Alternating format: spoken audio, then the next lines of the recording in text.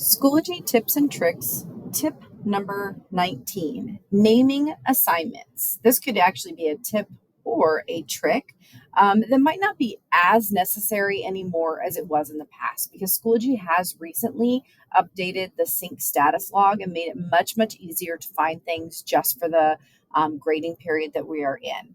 But you will notice when I am in my sync log for Schoology, everything is in alphabetical order. In the past, this list would just go on for the entire school year. So as you added to things throughout the year, it became harder and harder to go in and just sync one assignment because you had to find that assignment within a long list if you have been syncing a lot of things from Schoology to Power School.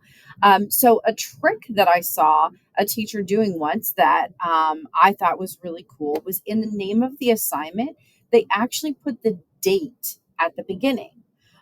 So that then put them in date order here, and it made it a little bit easier to find the assignment. So instead of acquiring New Lands worksheet that was due on October 31st, you might have 1031 acquiring New Lands worksheet. So it makes that due date part of the name of the assignment, which is actually helpful for your students as well, even though due date does show up there. It puts it right into the name of the assignment. And then all of the assignments from October would be in alphabetical / numerical order as 10 and then the date. Makes it a little bit easier.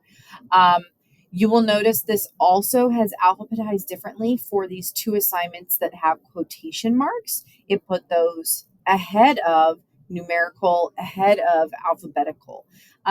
But Schoology did do a recent update that makes it much, much easier to find things by marking period. So I can come just specifically to marking period 4 and find the items that show an update available and sync those items, which obviously I'm not doing because I'm in another teacher's sync log right now to be able to show this to you.